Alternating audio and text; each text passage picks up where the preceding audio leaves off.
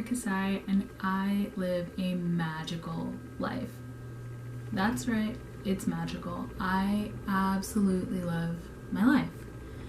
But it wasn't always like this.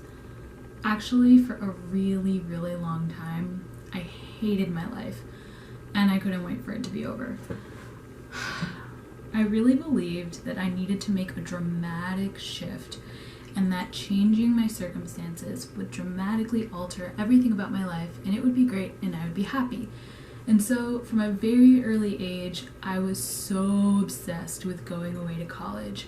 I dreamed about college, I visited colleges when I was way too young. I was just like so obsessed with going to college. And when I got there, everything changed. But I still kind of hated my life.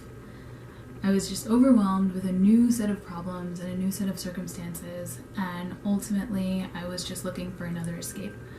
So I studied abroad. I did a semester in a country where I didn't know the language, I didn't know a single soul, and ultimately I kind of just spent 6 months homesick and really sad.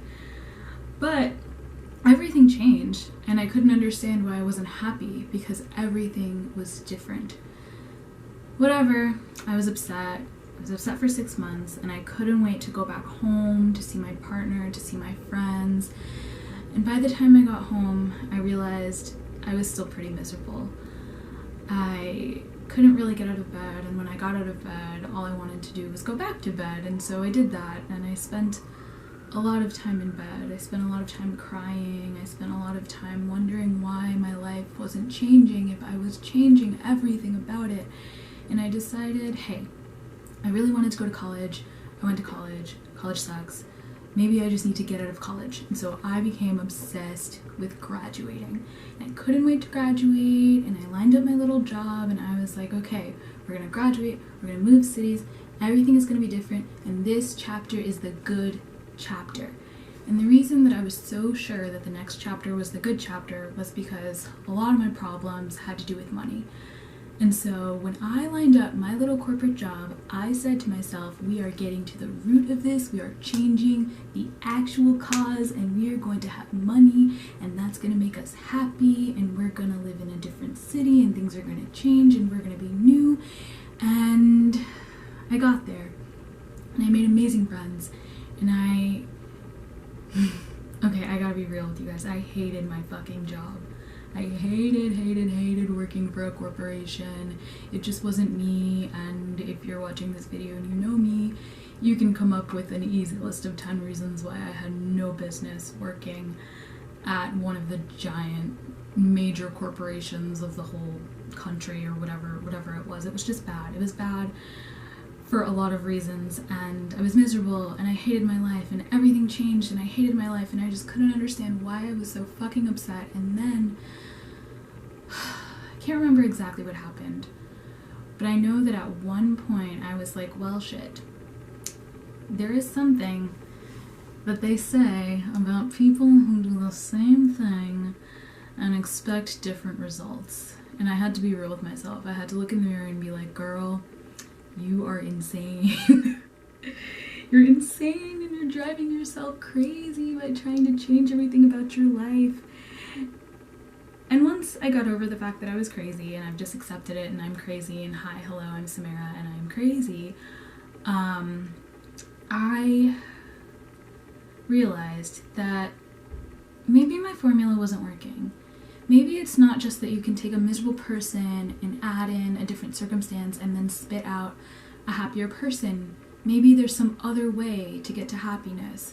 And so once I realized that, I spent a lot of time trying to figure out how the fuck to be happy. How do you take a miserable person and make them happier? And I consumed so much. I read a whole bunch of books.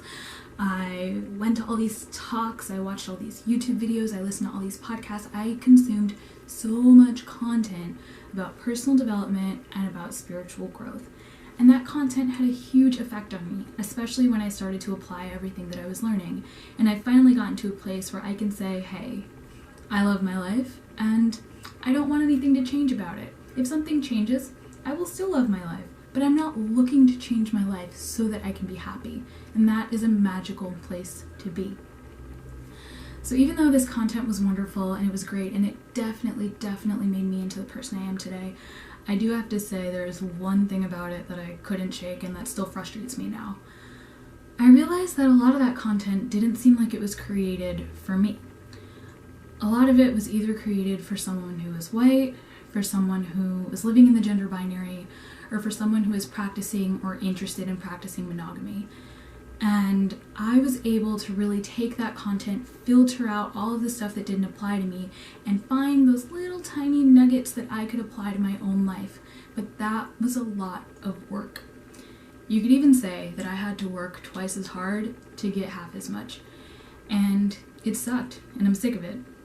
And so that frustrated me for years, and it still frustrates me now.